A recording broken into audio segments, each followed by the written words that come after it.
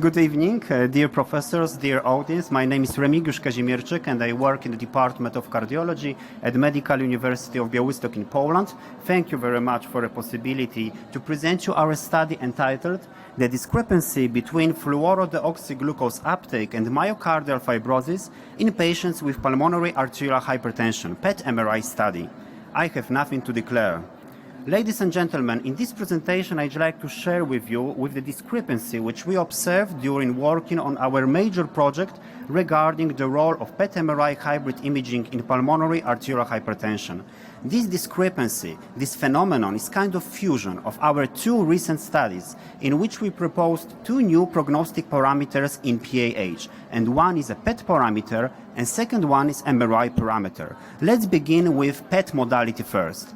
Previously, we confirmed that right ventricle dysfunction is associated with increased glucose metabolism of right ventricle cardiomyocytes in PET imaging, and higher glucose uptake presented as a parameter called SUV of right ventricle to left ventricle was associated with worse prognosis.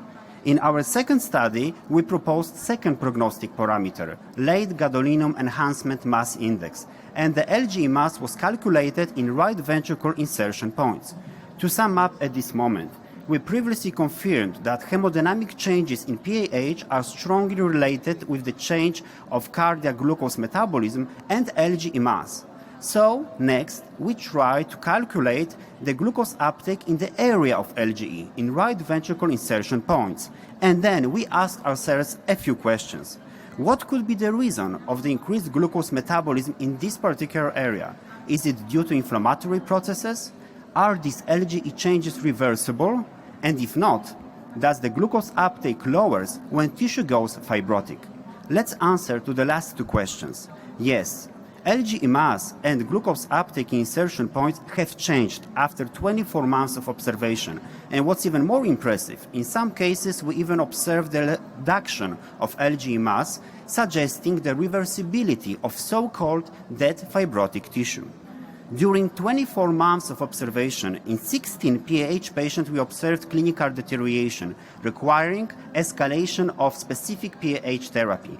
As you can see in this table, patients with worse prognosis had different baseline PET MRI parameters values, for example, lower right ventricular ejection fraction and also a bit higher LGE mass. Now let me tell you about the second follow-up PET MRI scans. Escalating PAH therapy, which took place between baseline and follow-up scans, resulted in overall improvement in most of the hemodynamics established PAH parameters. We saw the improvement in right ventricle ejection fraction or cardiac index from cardiac catheterization. There were no statistically significant changes in LGE mass or glucose uptake insertion points, but frankly speaking, we did not expect any change in LGE mass at all.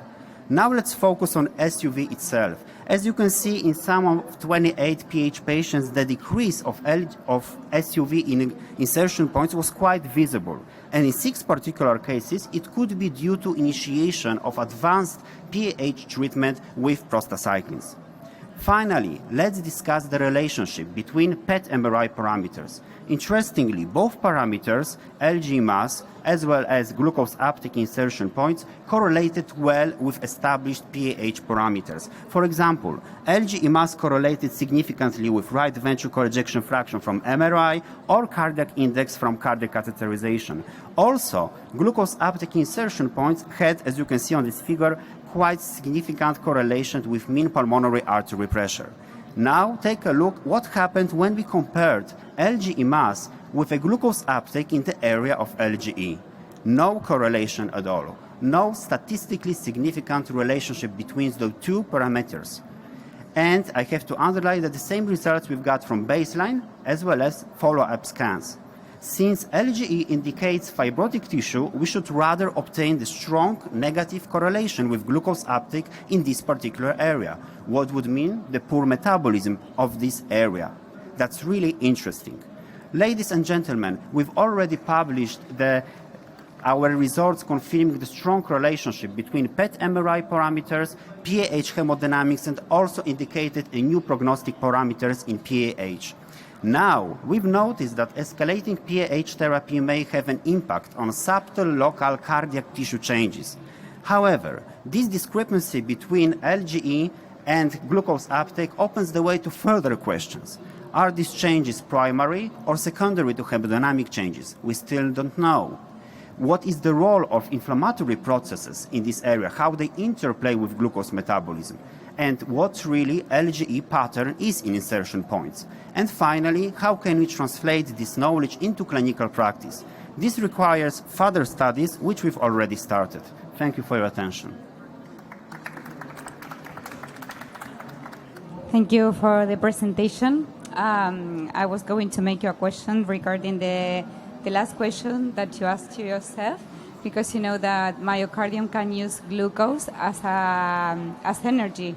Sometimes we use free fatty acids, but sometimes glucose. So if you don't prepare the patient, with a myocardial suppression protocol, right. or on the other hand, you could induce the use of glucose, but you have to modulate, as you say here. Yes, that's right. That was very important to prepare the patient. Metabolism. Yes, we used, established protocols. Of course, all the patients had high-fat, low-carbohydrate diet before the PET MRI analysis, and also we did the whole protocol with the co-working with Professor Stefan Nicola from Munich. So we tried to rule out any bias. Yes, so the patients were prepared. The patients also did not have any inflammatory state, any exacerbation of any inflammatory disease like systemic scleroderma, for example. And of course, all patients had normal CRP levels at the day of the assessment, and we exclude diabetic patients as well. So we tried to do the best with the protocol in case of PET. Okay, so those images that you show were with a patient preparation, with a diet. Okay.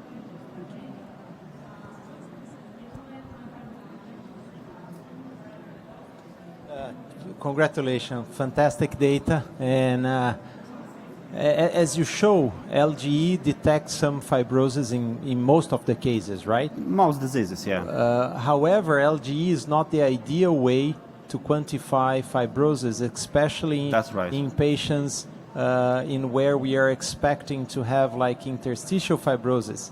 And I want to learn from you if you are interested in going ahead and doing perhaps T1 mapping to quantify. That's right. That's our next step. Oh, great. Yeah, the first, this is the pulmonary arterial hypertension. So right ventricle is firstly affected. Yes, so we focus mostly on the right side. And insertion points are the first sign. Yeah, many researchers before focused only on qualitative assessment of LGE. Yes, in our study group, all PH patients had LGE in this place. So the point of our study was firstly assess the qualitative assessment of LGE, and then try to combine it with glucose uptake. And in our next plan, big plan actually, is to do the PET MRIs with, of course, T1, T2 assessments and ACV as well. Because looking your data during your presentation, I was frustrated because I was really thinking about that there will be a correlation between the LGE with at least one or two parameters. Yeah, we still don't know what really LGE is. It could be, as you can say, interstitial fibrosis or myocardial disarray. Maybe inflammation. So that's why we need more right? sophisticated, detailed assessment with T1, T2 in the next step. Yeah. But again, congratulations. Thanks, very good. Thanks. Yeah, I think it's important that you just maybe see if there's not edema explaining this LGE, because this could be also another explanation than fibrosis. Maybe last question is about, we see in these patients quite a high intense uptake in the right ventricle. Generally, did you see in all the patients this uptake in the right ventricle with? You mean LGE? No, the FDG uptake. FDG. Okay, so as I mentioned in the first slide, we have already published a publication where we focus mostly on maximum SUV in right ventricle to left ventricle, so-called ratio of SUV, and that was very important for us because we prove the prognostic importance of this parameter.